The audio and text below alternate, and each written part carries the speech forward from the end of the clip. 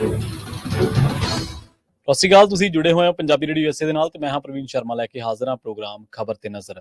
ਖਬਰ ਤੇ ਨਜ਼ਰ ਪ੍ਰੋਗਰਾਮ ਦੇ ਵਿੱਚ ਕਈ ਅਹਿਮ ਤੇ ਕਈ ਖਾਸ ਖਬਰਾਂ ਨੂੰ ਲੈ ਕੇ ਚਰਚਾ ਕਰਨ ਦੇ ਲਈ ਜੁੜ ਚੁੱਕੇ ਨੇ ਮਿੰਟੂ ਗੁਰਸਰੀਆ ਜੀ। ਮਿੰਟੂ ਸਤਿ ਸ਼੍ਰੀ ਅਕਾਲ, ਸਵਾਗਤ ਹੈ ਜੀ ਪੰਜਾਬੀ ਰੇਡੀਓ USA ਤੇ। ਸ਼ੁਕਰੀਆ ਜੀ ਸਾਰਿਆਂ ਨੂੰ, ਸਤਿ ਸ੍ਰੀ ਅਕਾਲ ਜੀ। ਅੱਗੇ ਵਧਣ ਤੋਂ ਪਹਿਲਾਂ ਧੰਨਵਾਦ ਕਰਦੇ ਚੱਲੀਏ ਸਪਾਂਸਰਸ ਦਾ, ਜਿਹੜੇ ਜ਼ਰੀਆ ਬਣਦੇ ਨੇ ਇਹਨਾਂ ਪ੍ਰੋਗਰਾਮਾਂ ਨੂੰ ਤੁਹਾਡੇ ਤੱਕ ਪਹੁੰਚਾਉਣ ਦੇ ਲਈ। ਖਾਲਸਾ ਇੰਸ਼ੋਰੈਂਸ ਏਜੰਸੀ ਵਾਲੇ, ਜਿਨ੍ਹਾਂ ਤੋਂ ਤੁਸੀਂ ਹਰ ਤਰੀਕੇ ਦੀ ਇੰਸ਼ੋਰੈਂਸ ਲੈ ਸਕਦੇ ਹੋ। ਇੰਸ਼ੋਰੈਂਸ ਬਾਰੇ ਪਤਾ ਕਰਨ ਦੇ ਲਈ ਇਹਨਾਂ ਦਾ ਨੰਬਰ ਹੈ 408-272-2500। ਇਹ 1992 ਤੋਂ ਲਗਾਤਾਰ ਇੰਸ਼ੋਰੈਂਸ ਬਿਜ਼ਨਸ ਦੇ ਵਿੱਚ ਸ਼ਾਨਦਾਰ ਸੇਵਾਵਾਂ ਦੇ ਰਹੇ ਨੇ ਤੇ ਅਮਰੀਕਾ ਭਰ ਦੇ ਵਿੱਚ ਇੰਸ਼ੋਰੈਂਸ ਕਰਦੇ ਨੇ। ਓਬਾਮਾ ਕੇਅਰ, ਮੈਡੀਕੇਅਰ ਜਾਂ ਫਿਰ ਕਵਰਡ ਕੈਲੀਫੋਰਨੀਆ ਬਾਬਤ ਪਾਲਿਸੀ ਕਰਵਾਉਣ ਦੇ ਲਈ, ਸਲਾਹ ਲੈਣ ਦੇ ਲਈ ਅੱਜ ਹੀ ਕਾਲ ਕਰੋ 408-272-2500 ਤੇ। ਟਰਕੀਆਨਾ ਇਮੀਗ੍ਰੇਸ਼ਨ ਲਾ ਫਰਮ ਵਾਲੇ ਜੇ ਟਰਕੀਆਨਾ, ਅਟਾਰਨੀ ਟਰਕੀਆਨਾ ਦੇ ਨਾਲ ਤੁਸੀਂ US ਇਮੀਗ੍ਰੇਸ਼ਨ ਬਾਬਤ ਕੋਈ ਵੀ ਸਲਾਹ ਕਰਨੀ ਹੈ, ਕੋਈ ਵੀ ਸਵਾਲ ਪੁੱਛਣਾ ਤੇ ਇਹਨਾਂ ਦਾ ਨੰਬਰ ਹੈ 415-909-0503। ਕ੍ਰਿਸ਼ਨ ਧਨੋਟਾ ਯੂਬਾ ਸਿਟੀ, ਬਲਜਿੰਦਰ ਸਿੰਘ ਨੇ ਜਰਵੁਡਲੈਂਡ, ਪਰਮਜੀਤ ਕੌਰ ਅੰਗੀ ਕਵਿਲ, Pritpal Singh Sidhu Fresno, Jaswinder Singh, Nachhattar Kaur Nagra Roseville, Charan Singh Sukhwinder Dhaliwala Arizona, GN ਲਿਊਪਲੇ ਟਰੱਕ ਵਾਸ਼ ਕਰਦੇ ਨੇ, ਆਇਲ ਚੇਂਜ ਕਰਦੇ ਨੇ, 에ਅਰ ਬ੍ਰੇਕਾਂ ਦਾ ਕੰਮ ਤਸੱਲੀ ਬਖਸ਼ ਕਰਵਾ ਸਕਦੇ, ਨਵੇਂ ਪੁਰਾਣੇ ਟਾਇਰ ਵੀ ਇਹਨਾਂ ਤੋਂ ਮਿਲਦੇ ਨੇ। ਲੋਕੇਸ਼ਨਾਂ ਸੈਂਟਰਨੇਲਾ ਦੀ ਨੀਮਾ ਸੋਤਾ ਦੇ ਨਾਲ ਗੱਲ ਕੀਤੀ ਜਾ ਸਕਦੀ ਹੈ 209-277-0113 ਤੇ ਇੰਟਰਲਿਊਪ ਟਰੱਕ ਸਟਾਪ ਵਾਲੇ। ਇਹਨਾਂ ਸਾਰੇ ਹੀ ਸਪਾਂਸਰਸ ਦਾ ਬਹੁਤ ਬਹੁਤ ਧੰਨਵਾਦ। ਤੇ ਜੇਕਰ ਤੁਸੀਂ ਵੀ ਪੰਜਾਬੀ ਰੇਡੀਓ USA ਦੇ ਇਹਨਾਂ ਪ੍ਰੋਗਰਾਮਾਂ ਨੂੰ ਸਪਾਂਸਰ ਕਰਨਾ ਚਾਹੁੰਦੇ ਹੋ ਤਾਂ ਸਟੂਡੀਓ ਦਾ ਨੰਬਰ ਹੈ 408-272-5200। ਅੱਜ ਦਾ ਇਹ ਖਬਰ ਤੇ ਨਜ਼ਰ ਪ੍ਰੋਗਰਾਮ ਸਾਲ 2024 ਦੀ 3 ਅਗਸਤ ਦਾ ਪ੍ਰੋਗਰਾਮ ਹੈ ਤੇ ਦਿਨ ਅੱਜ ਸ਼ਨੀਵਾਰ ਹੈ। ਮਿੰਟੂ ਜੀ, ਖਬਰਾਂ ਦੀ ਸ਼ੁਰੂਆਤ ਕਰੀਏ ਆਪਾਂ ਪੰਜਾਬ ਦੇ ਸਮਾਜਿਕ ਤੇ ਰਾਜਨੀਤਿਕ ਹਾਲਾਤਾਂ ਤੋਂ। ਇਹਨਾਂ ਹਾਲਾਤਾਂ ਦੇ ਵਿੱਚ ਹਲਚਲ ਦੇ ਅਸਾਰ ਕਿਵੇਂ ਬਣ ਚੁੱਕੇ ਆ ਜੀ? ਦੇਖੋ, ਸੁਪਰੀਮ ਕੋਰਟ ਨੇ ਪਿਛਲੇ ਦਿਨੀ ਇੱਕ ਬਹੁਤ ਵੱਡਾ ਫੈਸਲਾ ਦਿੱਤਾ ਸੀਗਾ ਤੇ ਮੈਂ ਹੈਰਾਨ ਆ ਕਿ ਪੰਜਾਬ ਜਿਹਦੇ ਨਾਲ ਸਭ ਤੋਂ ਜ਼ਿਆਦਾ ਪ੍ਰਭਾਵਿਤ ਹੋਣਾ, ਉਹਦੇ ਵਿੱਚ ਕੋਈ ਵੀ ਕਿਸੇ ਕਿਸਮ ਦਾ ਵਿਸ਼ਲੇਸ਼ਣ ਨਹੀਂ ਹੈ, ਅਧਿਐਨ ਨਹੀਂ ਹੈ, ਕੋਈ ਵੀ ਮਤਲਬ ਕਿ ਕਹਿ ਲਓ ਕਿ ਕੋਈ ਆਪਾਂ ਦੇਖ ਹੀ ਨਹੀਂ ਰਹੇ ਕੋਈ ਸਰਗਰਮੀ। ਪਰ ਅੰਦਰ ਖਾਤੇ ਜੇ ਤੁਸੀਂ ਦੇਖੋਗੇ ਤਾਂ ਉਸ ਫੈਸਲੇ ਦੇ ਨਾਲ ਹਲਚਲ ਜ਼ਰੂਰ ਹੈ। ਔਰ ਇਹ ਹਲਚਲ ਜਿਹੜੀ ਹੈ ਉਹ ਰਾਜਨੀਤਿਕ ਹਲਚਲ ਨਾਲੋਂ ਹਾਲ ਦੀ ਘੜੀ ਸਮਾਜਿਕ ਜ਼ਿਆਦਾ ਹੈ ਤੇ ਸਮਾਜ ਦੇ ਇੱਕ ਵਰਗ ਦੇ ਵਿੱਚ ਵਧੇਰੇ ਹੈ। ਕਿਉਂਕਿ ਸੁਪਰੀਮ ਕੋਰਟ ਨੇ ਦੇਖੋ ਇੱਕ ਇਤਿਹਾਸਕ ਫੈਸਲਾ ਦਿੱਤਾ ਸੀਗਾ ਕਿ SC ST ਕੋਟੇ ਦੇ ਵਿੱਚ ਕੋਟਾ ਮਨਜ਼ੂਰ ਕਰ ਦਿੱਤਾ। ਮਤਲਬ ਕੋਟੇ ਅੰਦਰ ਕੋਟਾ।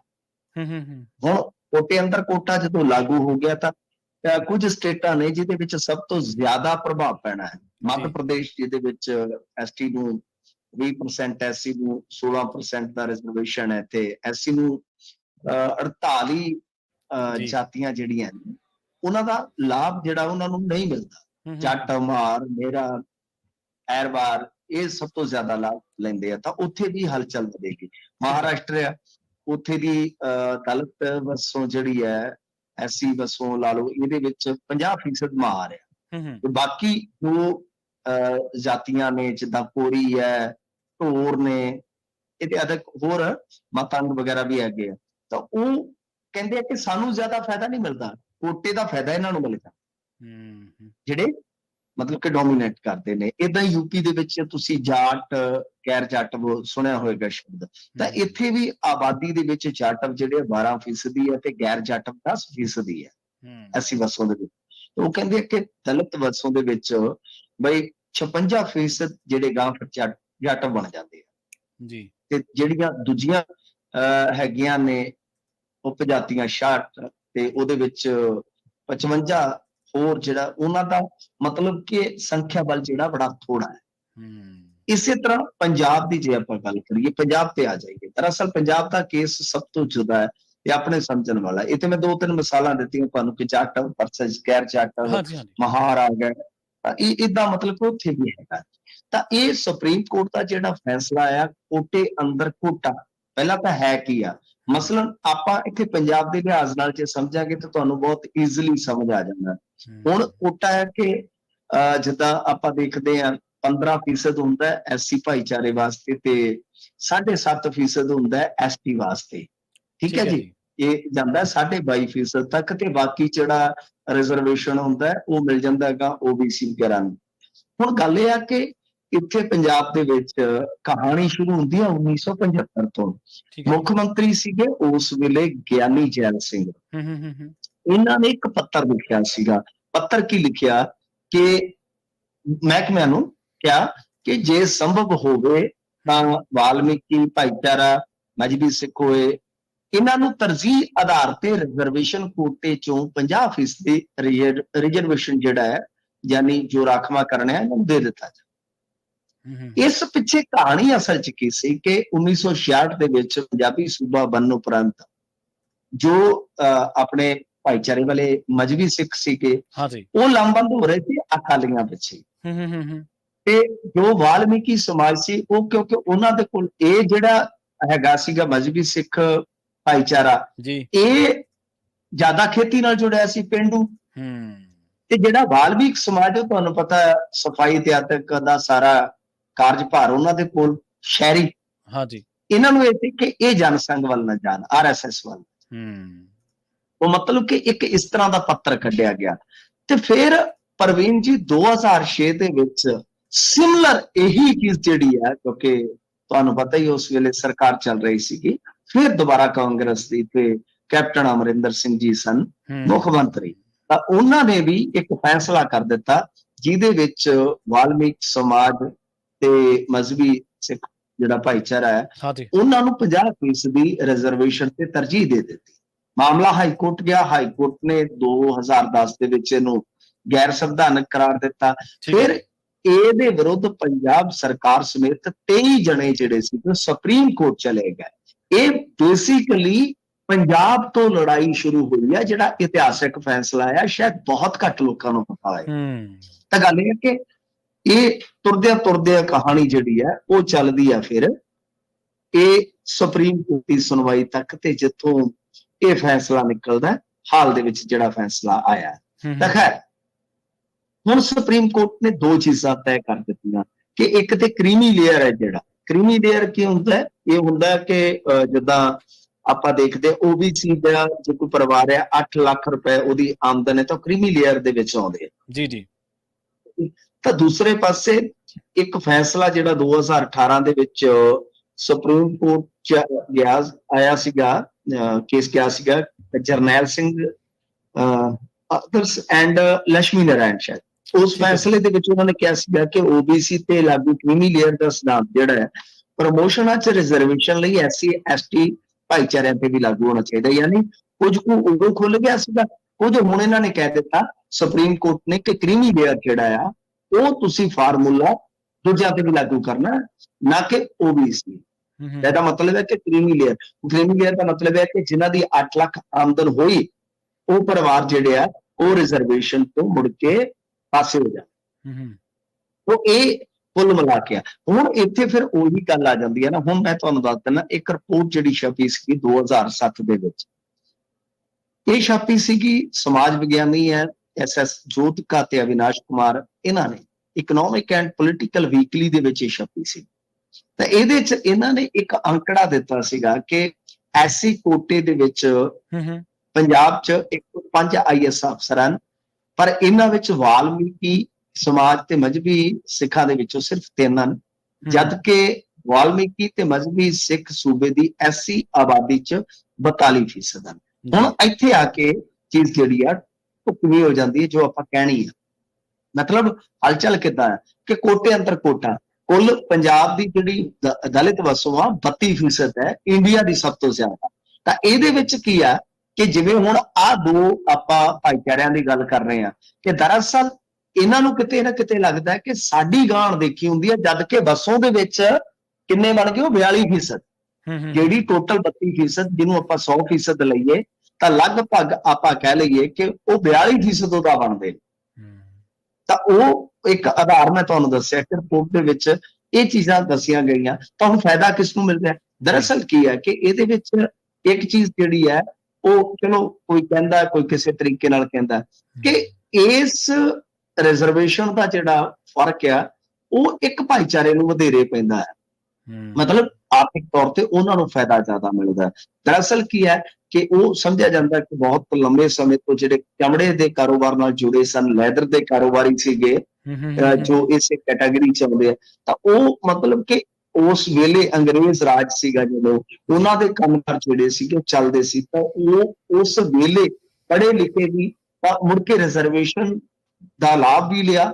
ਇਸ ਤੋਂ ਇਲਾਵਾ ਜੋ ਦਲਿਤ ਰਾਜਨੀਤੀ ਆ ਉਹਦੀ ਵੀ ਅਗਵਾਈ ਕੀਤੀ ਜੀ। ਤਾਂ ਕੁੱਲ ਮਿਲਾ ਕੇ ਇਹ ਜਿਹੜਾ ਸੁਪਰੀਮ ਕੋਰਟ ਦਾ ਫੈਸਲਾ ਹੈ, ਇਸ ਨੂੰ ਤੁਸੀਂ ਏਦਾਂ ਸਮਝ ਸਕਦੇ ਹੋ ਕਿ ਇਹ ਕੋਟੇ ਅੰਦਰ ਕੋਟਾ ਨਹੀਂ, ਇਹ ਮੈਨੂੰ ਲੱਗਦਾ ਭਾਈਚਾਰਿਆਂ ਦੇ ਅੰਦਰ, ਐਸਸੀ ਵਰਗ ਦੇ ਅੰਦਰ ਵੀ ਇੱਕ ਹਲਚਲ ਪੈਦਾ ਕਰੇਗਾ। ਹੁਣ ਜਿਹਦਾ ਰਿਜ਼ਰਵੇਸ਼ਨ ਜਾਏਗਾ, ਘਟੇਗਾ, ਉਹਦਾ ਰੌਲਾ ਪਏਗਾ। ਦੂਜਾ ਇਹ ਆ ਕਿ ਦੂਜਾ ਇਹ ਆ ਜਿਹਨੂੰ ਮਿਲੇਗਾ ਉਹ ਦੂਜੇ ਪਾਸੇ ਹੋਏਗਾ। ਯਾਨੀ ਇੱਕ ਤਰ੍ਹਾਂ ਨਾਲ ਕਹਿ ਲਓ ਕਿ ਜੋ ਐਸਸੀ ਦੀ ਇੱਕ ਤਾਕਤ ਸੀਗੀ ਸਾਂਝੇ ਰੂਪ ਦੇ ਵਿੱਚ, ਕਿਤੇ ਨਾ ਕਿਤੇ ਉਹ ਥੋੜਾ ਹੁਣ ਤਰੇੜੇ ਜਾਣੇ ਦਾ ਨੁਕਸਾਨ ਹੈ। ਦੂਜਾ ਰਾਜਨੀਤੀ ਆਪਣੇ ਪੱਧਰ ਤੇ ਚੱਲੇਗੀ। ਹੁਣ ਮੈਂ ਜਿਵੇਂ ਤੁਹਾਨੂੰ ਵਰਗਾਂ ਦੀ ਗੱਲ ਕੀਤੀ ਹੈ ਕਿ ਵਰਗ ਅੰਦਰ ਵਰਗ, ਤਾਂ ਹੁਣ ਜਿਵੇਂ ਆਪਾਂ ਦੇਖਦੇ ਹਾਂ ਕਿ ਕੋਈ ਖੇਤੀ ਨਾਲ ਜੁੜਿਆ, ਮਜ਼ਦੂਰੀ ਨਾਲ ਜੁੜਿਆ, ਯਾਨੀ ਪਿੰਡ ਨਾਲ ਜੁੜਿਆ, ਕੋਈ ਸ਼ਹਿਰ ਨਾਲ ਜੁੜਿਆ, ਕੋਈ ਕਾਰੋਬਾਰ ਨਾਲ ਜੁੜਿਆ। ਤਾਂ ਇਸ ਹਿਸਾਬ ਨਾਲ ਹੁਣ ਡਾਟਾ ਜਿਹੜਾ ਹੈ, ਸਾਰਾ ਕੁਛ ਆ, ਉਹ ਸਰਕਾਰਾਂ ਨੇ, ਯਾਨੀ ਸਟੇਟ ਸਰਕਾਰਾਂ ਨੂੰ ਅਖਤਿਆਰਾਤ ਦੇ ਦਿੱਤੇ ਗਏ ਨੇ, ਅਧਿਕਾਰ ਦੇ ਦਿੱਤੇ ਗਏ ਆ ਕਿ ਤੁਸੀਂ ਡਾਟਾ ਫੜੋ ਤੇ ਉਸ ਤੋਂ ਬਾਅਦ ਕੋਟੇ ਦੇ ਅੰਦਰ ਕੋਟਾ ਜਿਹੜਾ ਫਿਕਸ ਕਰ ਸਕਦੇ। ਜੀ ਜੀ। ਤੇ ਅਗਲੀ ਖਬਰ ਦੇ ਵੱਲ ਵਧੀਆ ਮਿੰਟੂ ਜੀ ਗੱਲ ਕਰੀਏ ਆਪਾਂ ਪੰਜਾਬ ਵਿਧਾਨ ਸਭਾ ਦੇ ਇਜਲਾਸ ਦੀ। ਇਹ ਇਜਲਾਸ ਸੱਦਣ ਦੀ ਤਿਆਰੀ ਹੈ ਜੀ ਹੁਣ? ਹਾਂਜੀ ਦੇਖੋ, ਇਹ ਕੱਲ ਹੀ ਪਤਾ ਲੱਗਿਆ ਕਿ ਹੋ ਸਕਦਾ ਹੈ ਇਹ ਸੈਸ਼ਨ ਜਿਹੜਾ ਆਉਣ ਵਾਲੇ ਦਿਨਾਂ ਦੇ ਵਿੱਚ ਆਪਾਂ ਨੂੰ ਚੱਲਦਾ ਦਿਖਾਈ ਦੇਵੇ। 2-3 ਦਿਨ ਦਾ ਇਹ ਸੈਸ਼ਨ ਜਿਹੜਾ ਹੋ ਸਕਦਾ ਹੈ, ਤੇ ਇਹਦੀ ਸੰਭਾਵੀ ਜਿਹੜੀ ਤਰੀਕ ਹੈ ਪ੍ਰਵੀਨ ਜੀ, ਉਹ ਅਗਸਤ ਦਾ ਆਖਰੀ ਹਫਤਾ ਜਿਹੜਾ ਹੋ ਸਕਦਾ ਹੈ ਕਿ ਉਸ ਹਫਤੇ ਦੇ ਅੰਦਰ 2-3 ਦਿਨ ਦਾ ਜਿਹੜਾ ਇਹ ਇਜਲਾਸ ਹੈ ਆਪਾਂ ਨੂੰ ਵਿਖਾਈ ਦੇਵੇ, ਕਿਉਂਕਿ ਗਵਰਨਰ ਜਿਹੜੇ ਬਦਲ ਚੁੱਕੇ ਆ। ਵੈਸੇ ਤੇ ਤੁਹਾਨੂੰ ਪਤਾ ਹੀ ਆ ਕਿ ਪਿਛਲਾ ਜਿਹੜਾ ਇਜਲਾਸ ਸੀਗਾ, ਹਾਲੇ ਉਹਦਾ ਉਠਾਨ ਜਿਹੜਾ ਹੈ ਉਹ ਨਹੀਂ ਹੋਇਆ। ਤਾਂ ਮੇਰੇ ਖਿਆਲ ਦੇ ਨਾਲ 1-8 ਦਿਨ ਤੱਕ ਉਹ ਉਠਾਨ ਜਿਹੜਾ ਹੋ ਜਾਏਗਾ, ਕਿਉਂਕਿ ਫਾਈਲ ਜਿਹੜੀ ਹੈ ਸੰਭਾਵੀ ਤੌਰ ਤੇ ਸਮਝਿਆ ਜਾਂਦਾ ਹੈ ਕਿ ਕੱਲ ਰਾਜਪਾਲ ਦੇ ਕੋਲ ਪੁੱਜ ਗਈ ਹੈ। ਉਹ ਇਹਨੂੰ ਪੱਕੇ ਤੌਰ ਤੇ ਉਠਾਨ ਦੇ ਦੇਣਗੇ। ਉਠਾਨ ਦਾ ਆਪਾਂ ਅੱਗੇ ਵੀ ਬਹੁਤ ਡੂੰਘੇ ਢੰਗ ਨਾਲ ਵਿਆਖਿਆ ਕਰਕੇ ਦੱਸਿਆ ਕਿ ਕੀ ਫਾਰਮੂਲਾ ਹੁੰਦਾ ਹੈ। ਤਾਂ ਉਹ ਤੁਹਾਨੂੰ ਪਤਾ ਹੀ ਹੈ, ਮਨਜ਼ੂਰੀ ਨਾ ਦੇਣ ਤੋਂ ਬਚਣ ਵਾਸਤੇ ਇਹ ਉਹਨੂੰ ਕਰਨ ਚੱਲਦਾ ਹੀ ਰੱਖਦੇ ਆ। ਤਾਂ ਇਹ ਇੱਕ ਵਾਰੀ ਫਿਰ ਹੁਣ ਦੂਜਾ ਜਿਹੜਾ ਨਵੇਂ ਸਿਰੇ ਤੋਂ ਇਜਲਾਸ ਸੱਦਣਾ, ਤਾਂ ਉਹਦੇ ਵਾਸਤੇ ਪਹਿਲਾਂ ਉਹਨੂੰ ਉਠਾਇਆ ਜਾਏਗਾ ਨਾ ਕਿ ਉਹ ਇਜਲਾਸ ਉੱਠ ਗਿਆ ਜੀ, ਯਾਨੀ ਇਹਦਾ ਮਤਲਬ ਕਿ ਜੋ ਸਮਾਗਮ ਸੀਗਾ, ਜੋ ਵੀ ਉਹਦੀਆਂ ਬੈਠਕਾਂ ਸੀ, ਕਲੋਜ਼ਿੰਗ ਹੋ ਗਈਆਂ ਸਾਰੀਆਂ। ਤਾਂ ਉਹ ਉਸ ਤੋਂ ਬਾਅਦ ਨਵੇਂ ਸਿਰੇ ਤੋਂ। ਤਾਂ ਇਹਦੇ ਵਿੱਚ ਹੁਣ ਵੇਖੋ ਕਿ ਉਹਦਾ ਮੌਨਸੂਨ ਸੈਸ਼ਨ ਦਾ ਇੱਕ ਬੜਾ ਸੰਖੇਪ ਜਿਹਾ ਸੈਸ਼ਨ ਜਿਹੜਾ ਆਪਾਂ ਨੂੰ ਵਿਖਾਈ ਦੇ ਸਕਦਾ। ਉਹਦੇ ਵਿੱਚ ਕੀ ਫੈਸਲੇ ਲਏ ਜਾਂਦੇ ਆ, ਕੀ ਉੱਥੇ ਬਹਿਸ ਵਗੈਰਾ ਹੁੰਦੀ ਹੈ, ਉੱਥੇ ਬਾਅਦ ਦੀ ਗੱਲ ਹੈ। ਪਰ ਉਮੀਦ ਹੈ ਕਿ ਅਗਸਤ ਦੇ ਆਖਰੀ ਹਫਤੇ ਦੇ ਵਿੱਚ ਇਹ ਸਮਾਗਮ ਜਿਹੜਾ ਹੈ, ਸਮਾਗਮ ਨਾ ਕਹੀਏ ਸੈਸ਼ਨ ਕਹਿ ਲਈਏ, ਇਹ ਜਿਹੜਾ ਇਹ ਆਪਾਂ ਨੂੰ ਵਿਖਾਈ ਦੇਵੇ। ਜੀ ਜੀ। ਤੇ ਆਪਾਂ ਗੱਲ ਕਰੀਏ ਆਪ ਐਮਐਲਏ ਨੂੰ ਕਹਿੰਦੇ ਵੱਡੀ ਰਾਹਤ ਮਿਲ ਗਈ ਕਿਸੇ ਮਾਮਲੇ 'ਚ? ਹਾਂਜੀ ਦੇਖੋ, ਇਹ ਬਠਿੰਡਾ ਦਿਹਾਤੀ ਤੋਂ ਆਮ ਆਦਮੀ ਪਾਰਟੀ ਦੇ ਜਿਹੜੇ ਵਿਧਾਇਕ ਸੀਗੇ, ਅਮਿਤ ਰਤਨ, ਜਿਹੜੇ ਪਹਿਲਾਂ ਅਕਾਲੀ ਦਲ 'ਚ ਵੀ ਰਹੇ ਆ, ਉਹਨਾਂ ਦੇ ਖਿਲਾਫ ਯਾਦ ਹੋਣਾ ਤੁਹਾਨੂੰ ਕਿ ਮਹੀਨਾ ਅਗਸਤ ਦਾ ਸੀ। ਅਗਸਤ ਮਹੀਨਾ ਕਈਆਂ ਵਾਸਤੇ ਪਲੈਣਾ ਹੀ ਚੜ੍ਹਦਾ ਹੈ, ਜਿਵੇਂ ਆਸ਼ੂ ਹੈ। ਇਸੇ ਤਰ੍ਹਾਂ ਇਹ ਜਿਹੜਾ ਅਮਿਤ ਆ, ਇਹਨੂੰ ਵੀ 2 ਅਗਸਤ ਨੂੰ ਹੀ ਆਪਾਂ ਜੇ ਕਹੀਏ ਤੇ ਬੜਾ ਘੇਰਾ ਤਗੜਾ ਪਿਆ ਸੀਗਾ। ਤੇ ਗੱਲ ਇਹ ਆ ਕਿ ਹੁਣ ਹਾਈ ਕੋਰਟ ਨੇ ਇਹਦੇ ਤੇ ਮੁਕੱਦਮਾ ਚਲਾਉਣ ਦਾ ਜਿਹੜਾ ਹੈ ਨਾ, ਉਹ ਫੈਸਲਾ ਰੋਕ ਦਿੱਤਾ। ਫਿਲਹਾਲ 2 ਅਗਸਤ 2023 ਨੂੰ ਮੁਕੱਦਮਾ ਚਲਾਉਣ ਦੀ ਜਿਹੜੀ ਮਨਜ਼ੂਰੀ ਲਈ ਸੀਗੀ, ਕਿਉਂਕਿ ਮਨਜ਼ੂਰੀ ਲਈ ਜਾਂਦੀ ਹੈ ਨਾ, ਜੇ ਤਾਂ ਤੁਸੀਂ ਇੱਥੇ ਮਾਤੜ ਹੋ, ਕਾਹਦੀਆਂ ਮਨਜ਼ੂਰੀਆਂ, ਇੱਥੇ ਤੇ ਮਜਬੂਰੀਆਂ ਰਹਿ ਜਾਂਦੀਆਂ।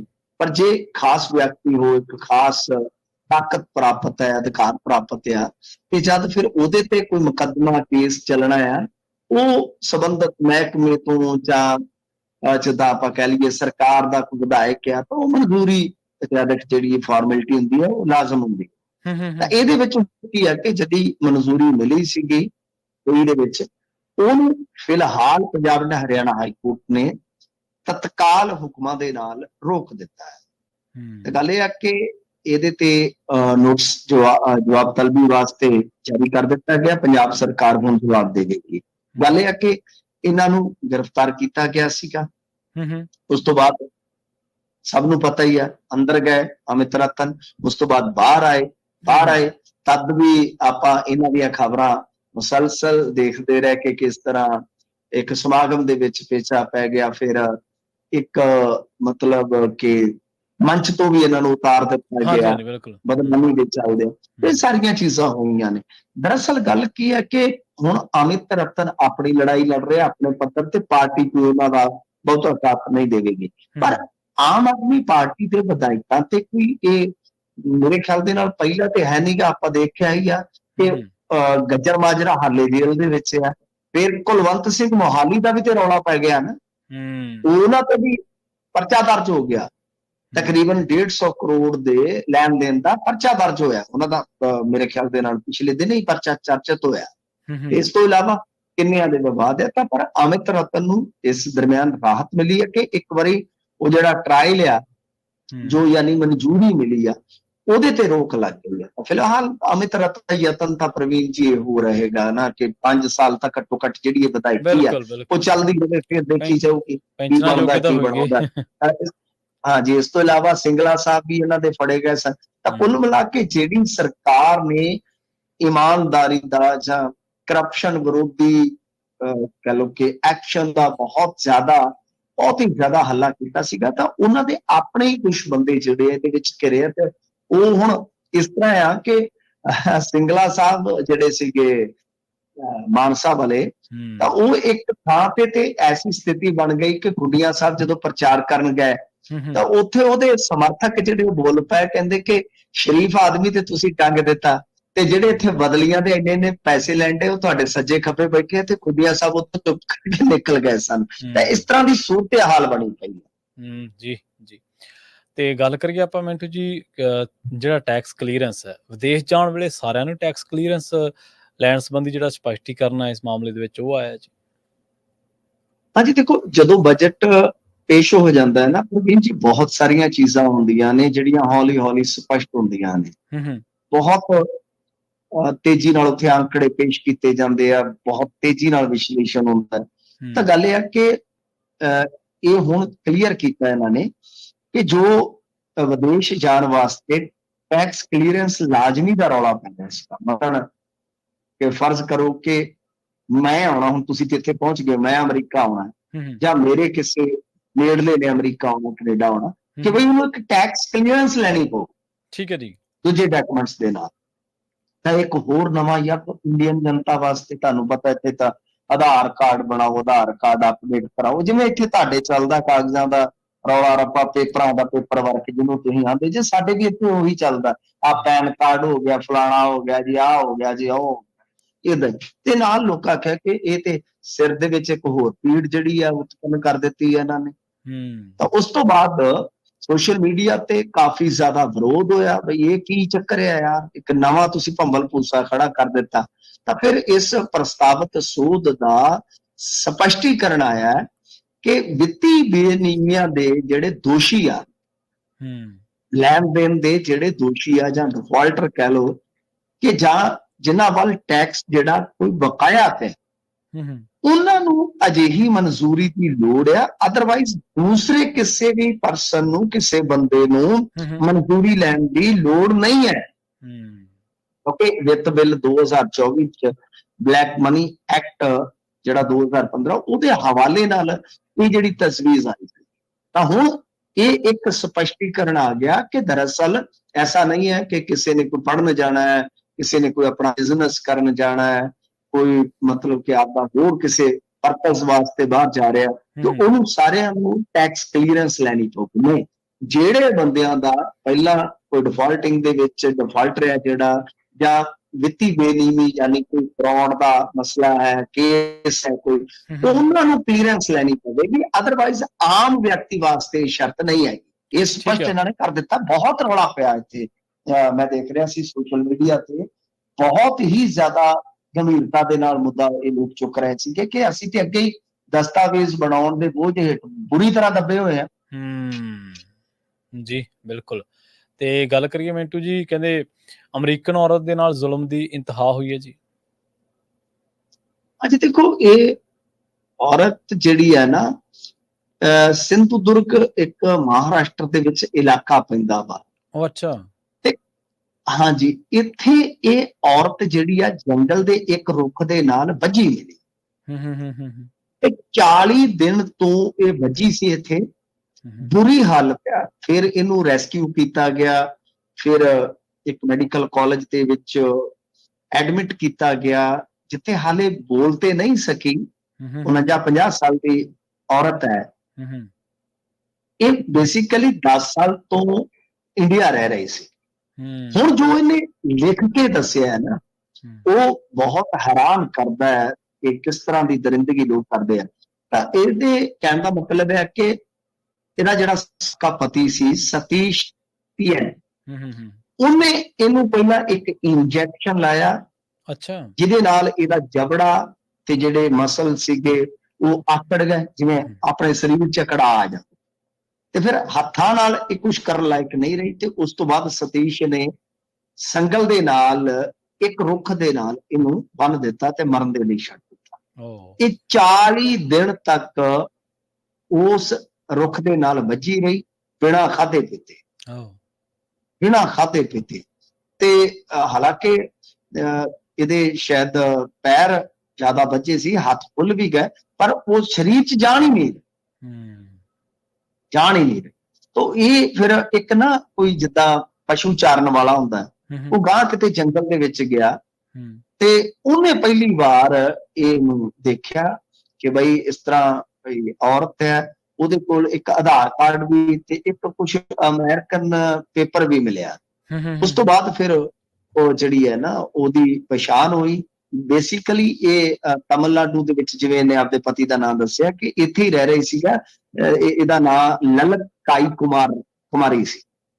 ਤਾਂ ਵੈਸੇ ਵੀਜ਼ਾ ਦੀ ਇਹਦੀ ਮਿਆਦ ਪੁੱਗ ਚੁੱਕੀ ਸੀ, ਪਰ ਜੋ ਹੋਇਆ ਬਹੁਤ ਹੀ ਭਿਆਨਕ ਹੋਇਆ। ਹੁਣ ਪੁਲਿਸ ਦੇਖ ਰਹੀ ਹੈ, ਜਾਂਚ ਕਰ ਰਹੀ ਆ। ਲੈਪਟਾਪ, ਜੋ ਮੋਬਾਈਲ ਤੇ ਆਦਿਕ ਉਪਕਰਨ ਆ, ਸਾਰੇ ਦੇਖੇ ਜਾ ਰਹੇ, ਖੰਗਾਲੇ ਜਾ ਰਹੇ ਆ ਤੇ ਅਗਾਂਹ ਉਸ ਬੰਦੇ ਨੂੰ ਵੀ ਭਾਲਣ ਦਾ ਯਤਨ ਕੀਤਾ ਜਾ ਰਿਹਾ ਜਿਹਦੇ ਤੇ ਦੋਸ਼ ਲਾ ਰਹੀ। ਜੀ ਮਿੰਟੂ ਜੀ, ਇਹਨਾਂ ਖਾਸ ਖਬਰਾਂ ਤੇ ਖਾਸ ਜਾਣਕਾਰੀਆਂ ਦੇ ਲਈ ਤੁਹਾਡਾ ਬਹੁਤ-ਬਹੁਤ ਧੰਨਵਾਦ ਜੀ। ਸ਼ੁਕਰੀਆ ਜੀ। ਪ੍ਰੋਗਰਾਮ ਖਬਰ ਤੇ ਨਜ਼ਰ ਨੂੰ ਆਪਾਂ ਇੱਥੇ ਸਮਾਪਤ ਕਰਾਂਗੇ। ਤੁਹਾਡਾ ਸਾਰਿਆਂ ਦਾ ਬਹੁਤ ਧੰਨਵਾਦ। ਸਤਿ ਸ਼੍ਰੀ ਅਕਾਲ। ਜੁੜੇ ਰਹੋ ਪੰਜਾਬੀ ਰੇਡੀਓ USA ਦੇ ਨਾਲ।